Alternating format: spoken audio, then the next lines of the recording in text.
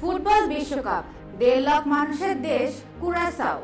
Steve ম্যাকলোনার জামাইকার সঙ্গে draw করার পর ক্যারিবিয়ান দ্বীপ রাষ্ট্র কুরাসাও প্রথমবারের মতো ফুটবল বিশ্বকাপে জায়গা করে নিয়েছে।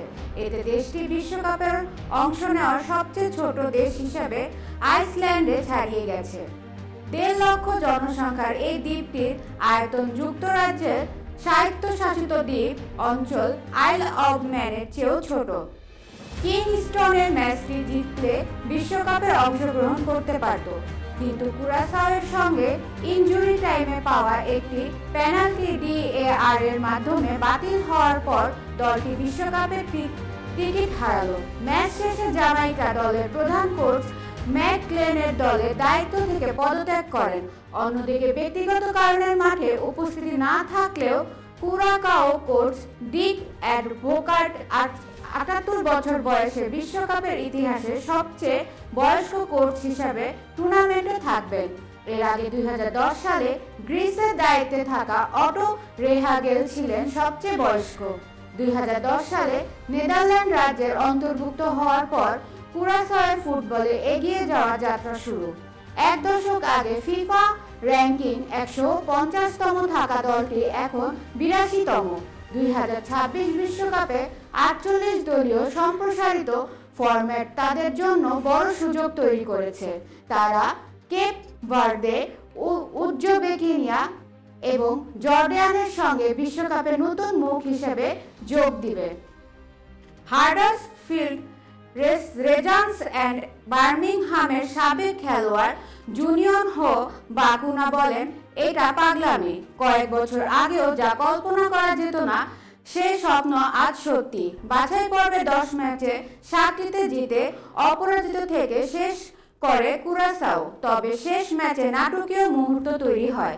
অতিরিক্ত সময়ের ৪র্থ মিনিটে আইজ্যাক হেইন্ডের পেনাল্টিতে রেফারি কিন্তু ডিআরআর পরামর্শে সিদ্ধান্ত বাতিল হয়ে যায়, আর সেখানেই ইতিহাস রচনা হয়। এদিকে কনকাকাফ অঞ্চল থেকে কুরাসাওয়ের সঙ্গে বিশ্বকাপে উঠেছে হাইতি ও পানামা। নিকারাগুয়ার ২-০ গোলে হারিয়ে ১৯৭৪ সালের পর প্রথমবারের মতো বিশ্বকাপে ফিরছে হাইতি। ৩ দফায় নেদারল্যান্ড এবং সংযুক্ত আরব আমিরাত, দক্ষিণ কোরিয়া, বেলজিয়াম, রাশিয়া, সার্বিয়া ও ইরাকের দায়িত্ব সমালোচনার পর ২০২৪ সালের জানুয়ারিতে কুরাকাওয়ের দায়িত্বে নেন অ্যাডভোকেট।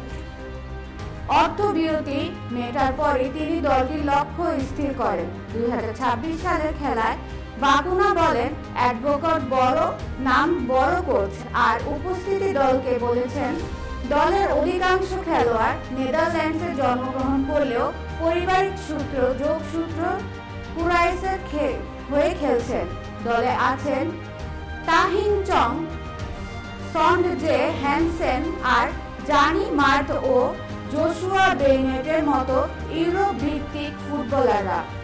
জুনিয়ন সো বকুনা বলেন, অনূর্ধ্ব-২১ পর্যায়ে নেদারল্যান্ডের হয়ে খেলার পরেও তিনি কুরাসাও বেছে নিয়েছে পারিবারিক ও বাস্তবতার কারণে।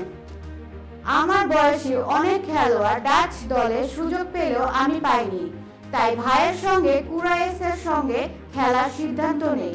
তিনি আরও বলেন, কুরাসাওয়ের যোগ্যতা অর্জন আরও ডাচ বংশোদ্ভূত তরুণ ফুটবলারদেরকে তাদের দলে টানবে এবং দলকে আরও শক্তিশালী করবে।